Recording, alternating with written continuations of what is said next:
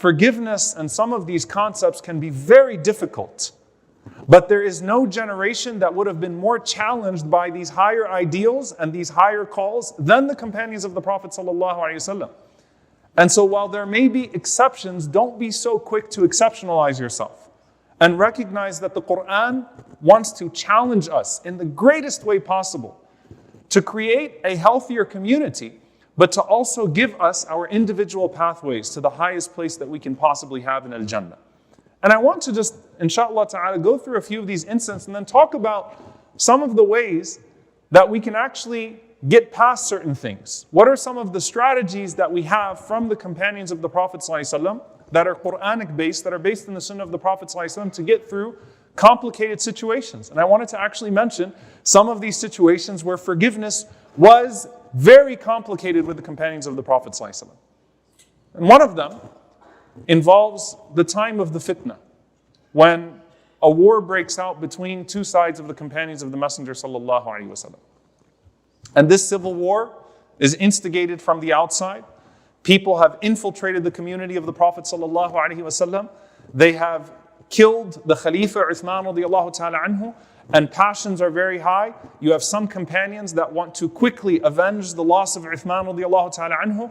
You have Ali radiallahu ta'ala anhu who's trying to settle things down, and ultimately a fight breaks out that is not organic, that is instigated from the outside, but that sees some of the most blessed people, in fact the most blessed generation, radiyallahu anhum ajma'een, may Allah be pleased with them all, end up on two sides of a battlefield.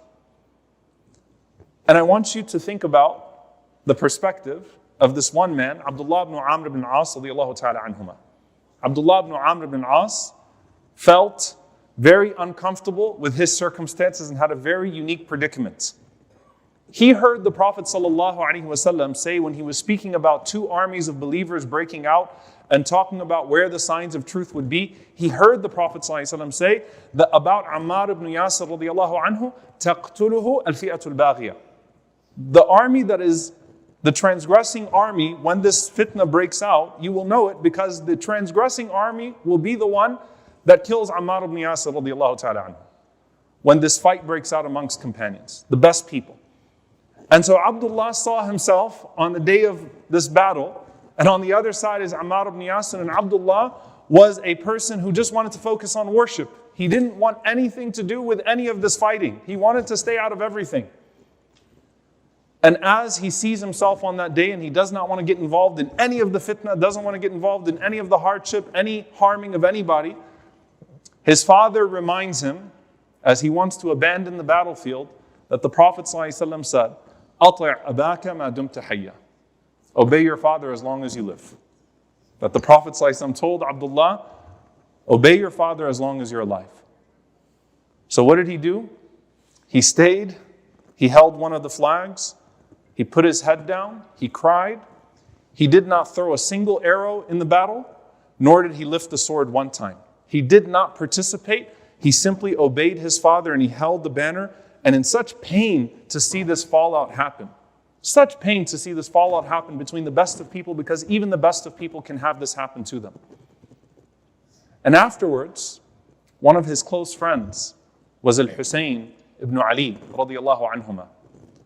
And Al-Husayn radiyallahu anhu was very hurt. Your childhood friend is on the other side participating in this, and it's very hurtful to him that this took place. And years pass, and that relationship's never going to be the same again. And subhanAllah, this is a very human element, and you can see all the complexities of the situation. These people came back together and came back under one banner again and sorted themselves through the fitna.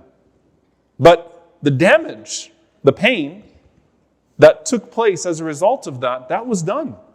And for a lot of people, getting over that is not something that they could think of.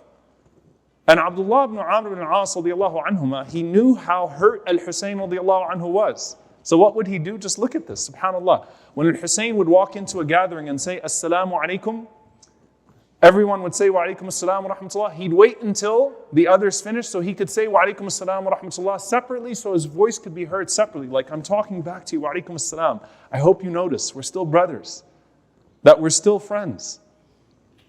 And Al-Hussein radiallahu anhu did not acknowledge it except for the basic salam. They said salam to each other, but they never really went back to being tight again.